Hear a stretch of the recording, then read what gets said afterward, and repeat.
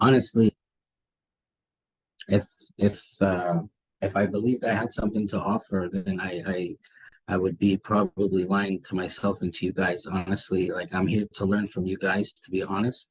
And I I wouldn't have even agreed to do something like this because I honestly believe I don't know anything about this. I'm learning every day as the service grows and as we immerse ourselves in this service.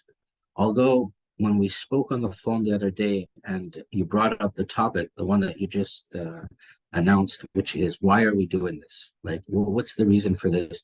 Especially at times, and I'm sure everybody here can relate, there's moments when we feel like, are we doing something? Like, what's the point? Like, you go day after day, week after week, month after month, and you see the same people struggling with the same addictions, the same trauma, the same abuse, the same hopelessness.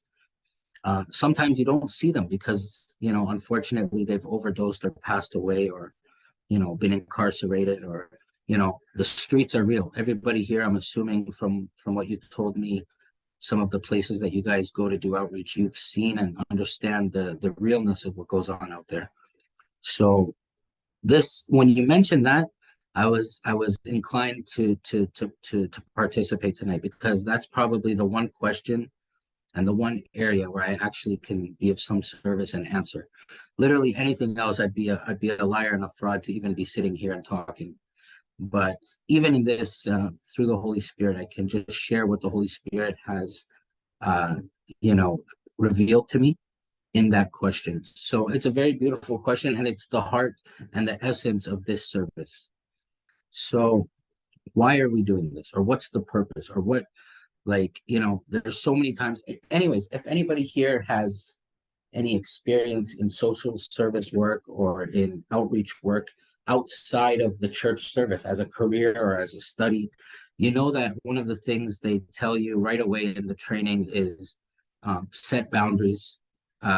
Don't burn out. Burnout is a very real thing, and you have to self-care and all these concepts that they teach because it's tough what we're facing and what we're encountering.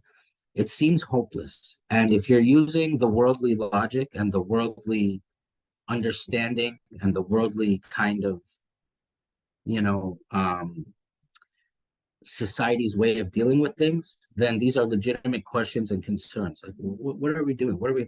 I've had so many volunteers and servants that have beautiful hearts and that come and serve with all their heart. And they've come to a point after weeks or months where they're like, is there anything we're actually accomplishing? Like, what do you hope to do with this, Moses? What is the point? So I will share to you what I feel the Holy Spirit has revealed to me. And unfortunately, I don't have any slides and I'm not very prepared. I'm not a very organized person, but I'll just speak from the heart and God will guide, inshallah.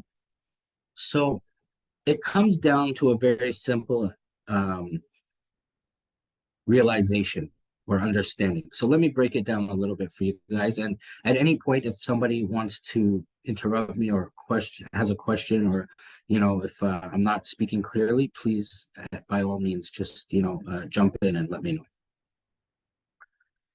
So before we get into what are we doing, or why do we do this, or what do we hope to accomplish, or what's the purpose of this, we have to look at a few different things. First of all, the people that we're serving. So, and not everyone's the same, and not every situation is the same. But generally speaking, just from some of the locations that you shared with me that you guys go, like Moss Park and the safe injection site, and any of these types of settings, I can tell you a bit about the people that are there from my own experience, and I've been involved in this demographic of people for a very long time. Uh, and have a lot of experience dealing with these people. Beautiful people, wonderful people that have a lot of love, a lot of care, also a lot of pain, a lot of trauma. So you have to understand that the people there, some of them were raised in a situation where they know God. Some of them even have been baptized, um, you know, But some of them haven't, and some of them have no exposure to Christ and have no understanding of God's love and mercy. And so you have both sides of the spectrum as far as their spiritual backgrounds. The reason I bring that up, even if they have a spiritual background and they have, baptism and they've taken communion and they know God, the fact that they're in a situation now where they're struggling with addiction, trauma, abuse, housing insecurity, homelessness, all these factors, what they start to build up through that scenario is hopelessness. When I say hopelessness, when you've been addicted to drugs for a period of time, whether it's months, years, decades, there's a hopelessness that comes with that. You've been hooked, you've been enslaved to this. I mean, there's different types of drugs that we're encountering when we go out there. There's the most common drug now, the one that's killing everybody, is the fentanyl, which is an opiate-based drug. And I'm sure we have a lot of medical professionals on this call right now, and you know about opioid addiction. It's a physical addiction. It's something where if they don't have that substance, their body actually starts getting sick. So you'll hear that out in the outreach a lot. Oh, I'm sick. I'm dope sick. You know what I mean? I'm sick. What does that mean? That means they haven't had their opiates and their body's actually starting to go into nausea and vomiting and diarrhea and chills and fever. And so you have this constant, they call it like the monkey on the back, this constant pressure to get more drugs, not even to get high, to get a euphoric feeling. No, just to get well, just to get to a level balance of being well and not sick. So there's that pressure. And then there's being isolated from your loved ones for a long time. So once you've been on the drugs, to support your drugs, you've been stealing, you've been robbing, you've been lying, you've been insulting, you've been fighting, you've burnt bridges. So their loved ones, their family, their friends, their colleagues, all these people are no longer present in their life. So now there's loneliness. So you have the addiction, the constant need to feed the addiction just to balance and maintain a level of non-sickness. You have all the burnt bridges and the loneliness from not having your loved ones. You have debts, because in order to support your habit, you have to, there's different things you do to support your habit. You either steal. So a lot of them, they do what's called boosting, where they go into stores and they steal. And that's a daily thing that they have to do to maintain that drug addiction, is to constantly steal and take that stolen product and turn it into cash or trade it to the drug dealer to get more drugs. So there's pressure from that. And then debts from the dealers themselves. So the same way you go to a bank and with your credit score, you can get a line of credit or a mortgage or whatever. There's a street credit. There's a whole street system of credit and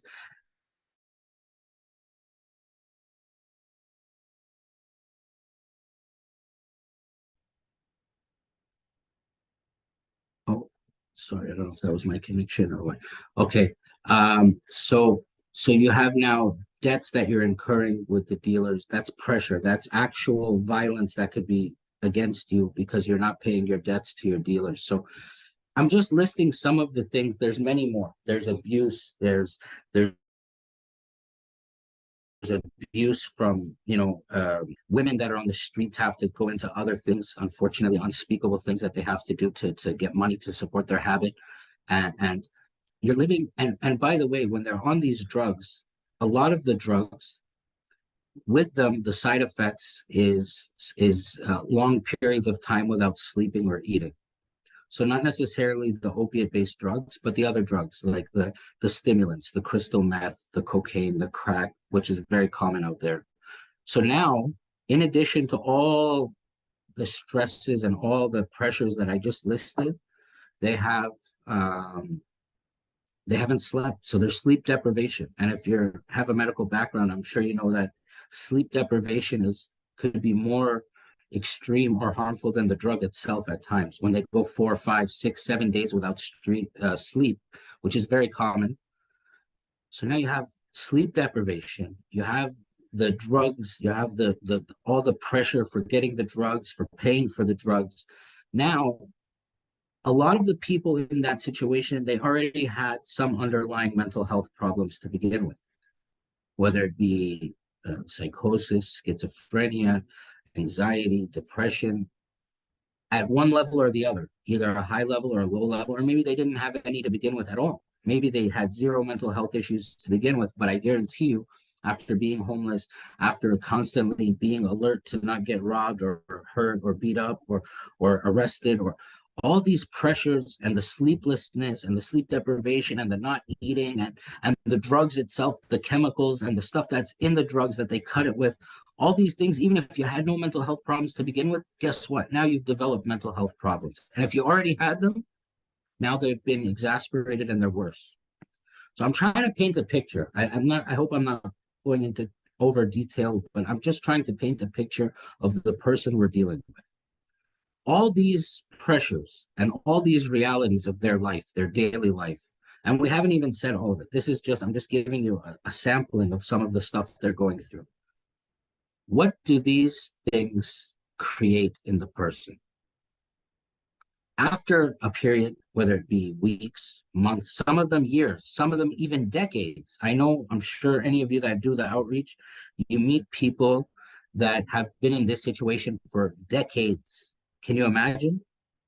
So what has been happening now with all of this is it's created a sense of hopelessness. That's going to be the key word here regarding our topic. Why do we do what we do? Why? What is the point when we go week after week, month after month, and we see the same people in the same, what are we doing? What are we hoping to achieve? Well, we've now established that the person possibly is at a state of hopelessness. And I bring that up because it's very important to understand, what does hopelessness mean? What does it mean when the person in front of you has lost hope? I'm not using a light description or a light word. This is an extreme situation, an extreme state of being when you have no hope, you have lost hope. Now, whether the person had a spiritual upbringing, they were baptized, they've had communion, they know Christ, or they don't, when you reach that level of hopelessness, when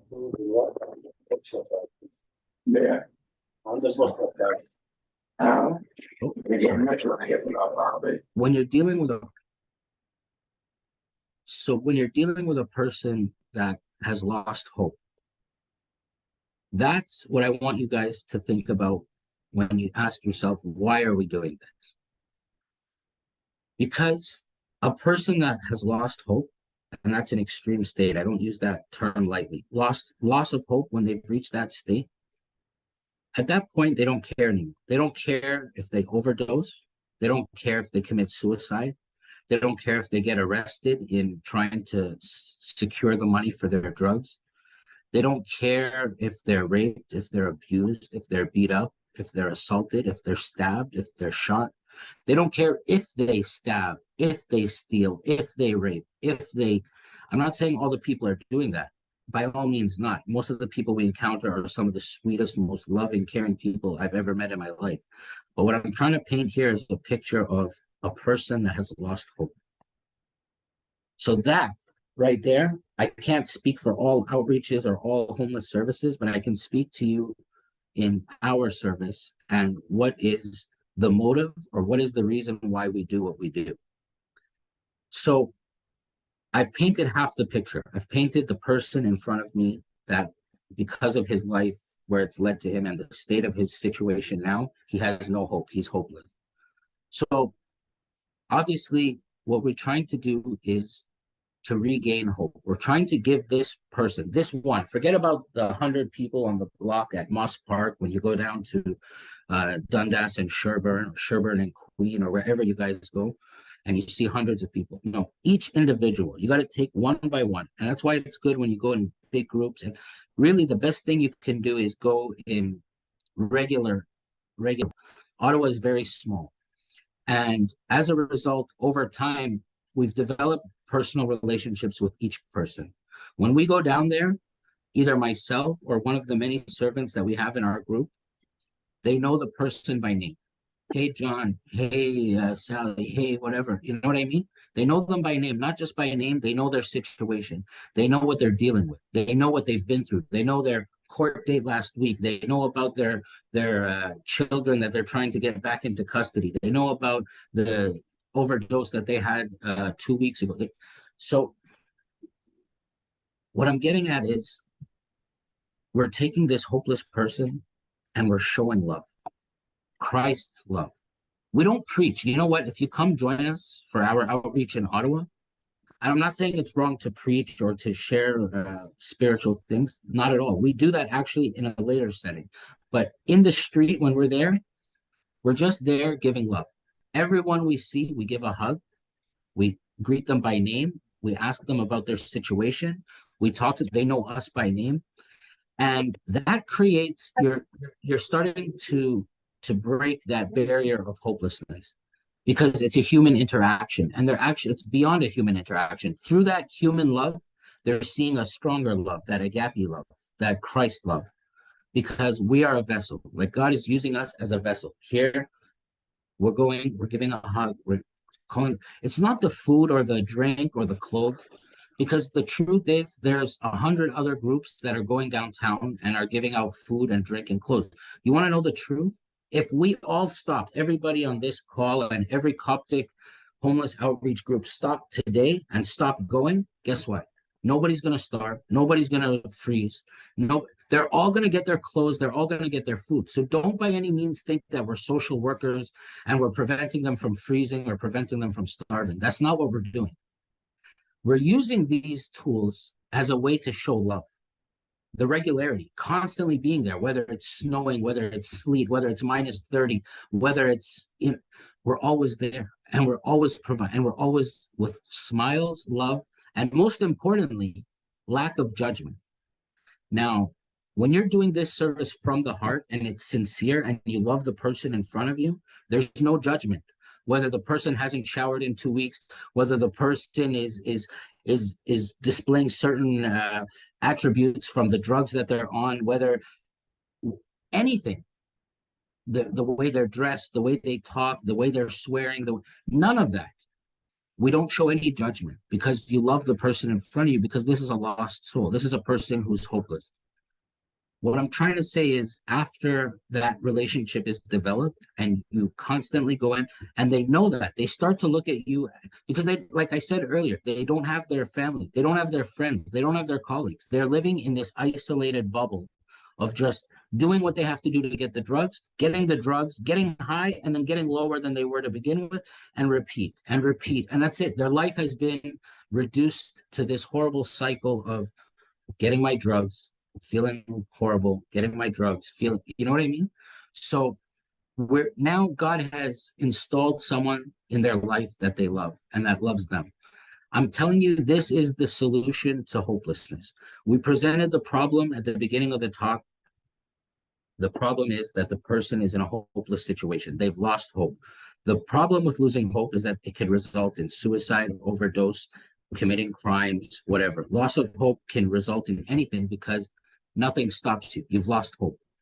Well, the way to break that cycle is Christ-like love, showing the love of Christ through yourself without judgment, with love, with regularity. And that's basically what it comes down to. Like, to be honest, that's the answer to the question. We're showing Christ's love for the purpose of breaking the cycle of hopelessness. That's basically it. Like, there's not much more I can say. I mean, if you have some questions or some situations you want to talk about, we can talk. But that's basically it in a nutshell. Is there's people that are living hopeless, and our mission is to show them Christ's love, because that is the only remedy to hopelessness. The only way to break the hopelessness is love. And this is biblical. This is from the fathers, from the Bible, from any source of our faith. The only solution to breaking this chain, this shackle that the devil has created and has produced on the person's life, the only way to break it is through love. Now, once we've established the love, and it can't be faked. It can't be faked. It can't be done unauthentically. It has to. I don't even like to use the word Bible study. A more accurate word would be a gathering, because we don't like have a structured um, studying of the Bible. No, we bring them in. We talk about God. We talk about praying. We talk about tribulations. We talk about our life traumas that we've experienced, and we share as a group. And they start coming. And guess what? They start attending our liturgies. They start, once they've attended the gatherings, the Bible study or the gatherings or whatever, we have people from that want to come further, and we start doing like the catechism training, and start getting them through a program that we do called the Alpha program. And we've had many baptisms as a result, a high level. So I've seen that with my own eyes, the level of commitment that some of these people that have come through this channel, like of the homeless Bible study, and then the catechism, and then baptism. I wish if I had 1% of their faith and their love for Christ, I know I'll be saved. You know, like I can't even explain to you how beautiful some of these people are. And then by knowing them and getting to know them, you know, intimately the way we do, we're able to assist with other things, getting them housing. We've started connecting with different landlords in Ottawa and connecting some of these people with housing and addiction services and detox facilities and all sorts of things. Like once you get to know them personally and you know, and you've developed that relationship, there's nothing stopping you from taking that service to different levels, because it's not just a random person on the corner. Oh, here's a box of food. See you next week.